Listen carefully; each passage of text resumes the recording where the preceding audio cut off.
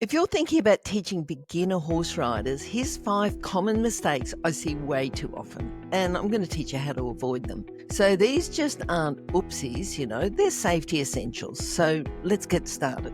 The first one is putting beginners on a horse without giving them any indication of just basic horse behavior and safety. Sort of like handing someone the keys to a car without teaching them the road rules. So same goes for horses. Beginners need to understand how horses think, react, communicate, what's natural, how they naturally behave.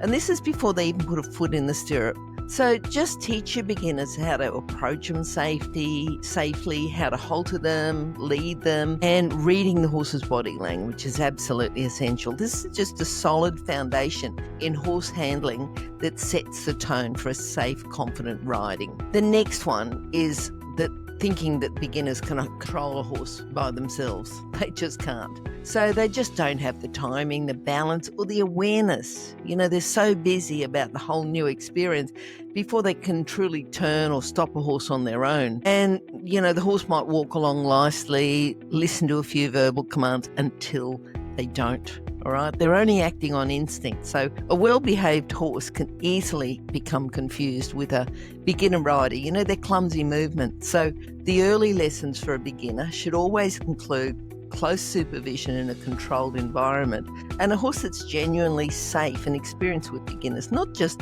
it's quiet most of the time. It's got to be an educated beginner horse. So start with the lunge line or lead until the rider can independently balance and turn at the walk and the trot. The third one is if beginners are asked to trot on too soon. So you don't just walk to warm up. It's like where you get to learn balance and turning and control. Too many instructors rush this phase and push for a trot before the rider's ready, particularly those who are just starting to teach beginners. So let your students sort of own the walk first. Give them a time to get their balance through transitions, walk to halt to walk, before they can even think about going into trot. And then that sort of brings us on to the fourth one. So the rider's got to be stable and have a certain amount of strength before asking him to trot. Just because the rider says they're ready doesn't mean they are. Just check their core control. Make sure their lower legs are stable and make sure they've got a bit of coordination. They should be able to hold 2-point seat, like jumping position at the walk, or the halt even. If they're not strong enough to do that, they're not going to be strong enough to go into rising trot. And, very good chance they won't be strong enough just to keep themselves centered and balanced at the trot. So think about your horse. Beginner riding horse aids are clumsy, which is confusing enough for the horse. Then if the beginner rider learns they don't have the strength required for rising trot before they go into trot, your horse's back is going to thank you for it if you can make sure that the rider is strong enough first and they don't bump around on the horse's back. This is a very common one, and this is taking beginners on a trail ride too early. Sounds like fun, but trail rides can turn into really high-risk situations very fast.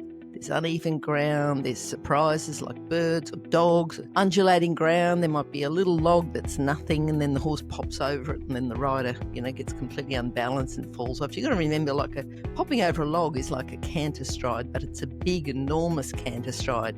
And if there's a creek, sometimes they might walk down the creek and then scramble up the other side and go into canter or, get away from the rider there. Other horses acting up or, even if the beginner rider's on the quietest one, it can be upset by other horses. So it's a lot to handle if the rider can't even stop or stay balanced. Only take beginner riders out if they can control a horse out of a walk, trot, canter.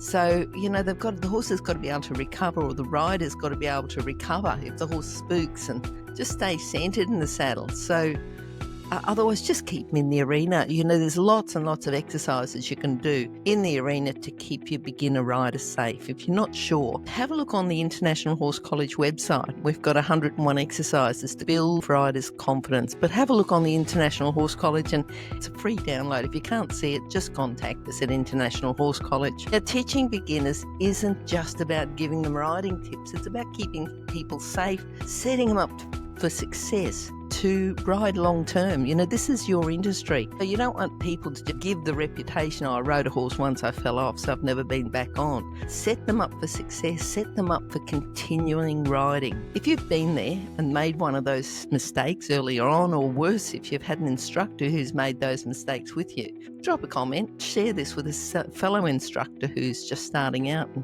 let's raise this standard together. Thanks.